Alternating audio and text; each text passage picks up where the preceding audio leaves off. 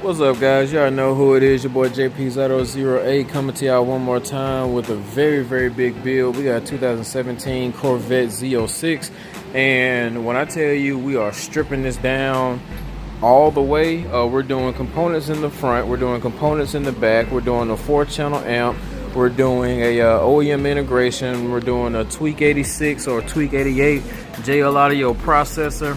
We're going to be doing a K40 radar detector and all that good stuff, and we are dynamatting the entire car. So I already have the door panels off. I got to pull the carpet up because we will be dynamatting all of this, and I've already stripped the trunk. And I'm gonna make something a little nice. We're gonna put the amplifier right here. We're gonna be putting crossovers over there, processor right here, and I'm just gonna show pictures of all that in the end. But I do not have, I'm kind of pressed for time, so I'm not gonna show a whole video of the whole install. But I couldn't really find too many videos on how to take the doggone radio out, so that's what we're gonna do here. And we gotta start by messing with this panel right here.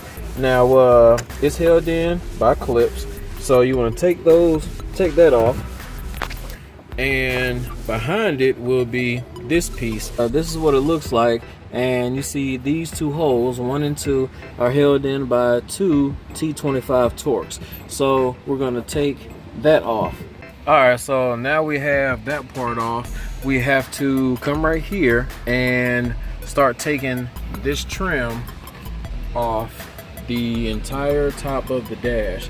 So come right here and start it. Pop on those two. Whole thing is held in by clips, don't be afraid of it. Come right here, pop, and the entire thing will remove just like that. Oh, so that's that panel. And then as you can see, in order to take this silver trim off, at least move it to where we can be able to get this out. It's gonna have these 7 mils, and then you also have the 7 mils up top that we have to hold to take out the whole bezel. All those 7s have to come off. So next I had to take off this panel that runs alongside of that. It's all held in by clips as well, just to get to 1 7 mil so I can break down the knee bolster right here. So after I took that 7 out, there's 2 more 7 mils, 1 right there and 1 right there. And then now we're just taking clips out, because in order to get the full dash off, I have to take these 7 mils. There's 1 over here and 1 on the other side of the instrument cluster. I have to take that down. Next, we have to come here, take this off. This is held in by clips as well, that little trim piece.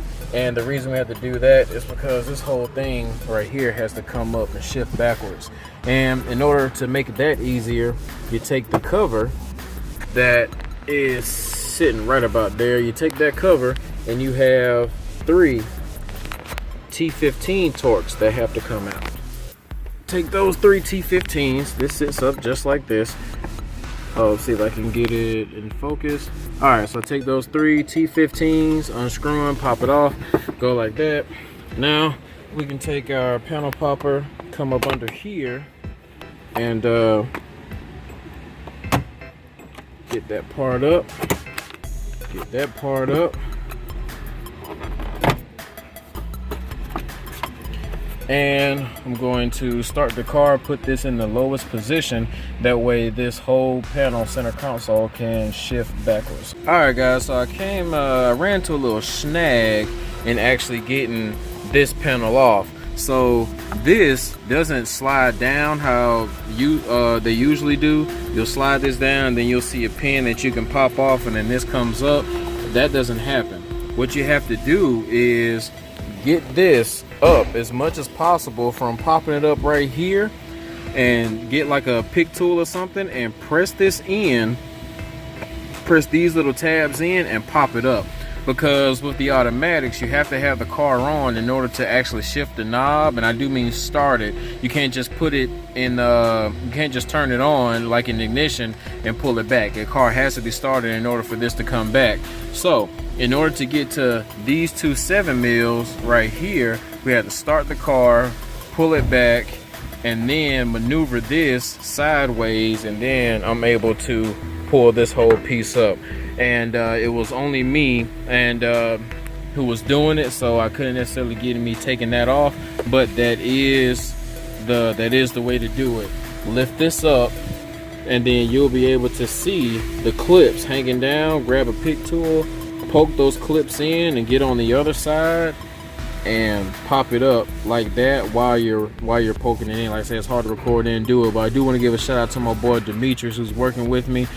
He remembered how to take it off, and that's the only way that I even remotely thought about taking that out. Now, what's crazy about this design on this piece right here, at first I didn't think you had to take it out, but if you see, the back part of the dash bezel is actually locked in to the silver trim.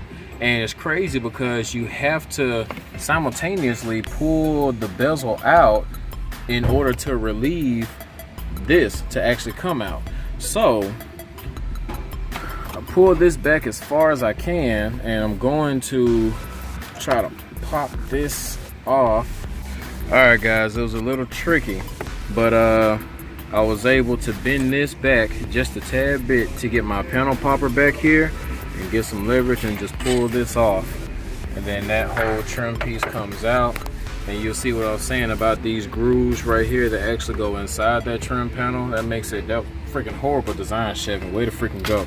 But I do have my whole dash loose, so now all I have to do is take apart all my harnesses from the back and undo all these harnesses, and then I'll be able to take the bezel out and get to that radio.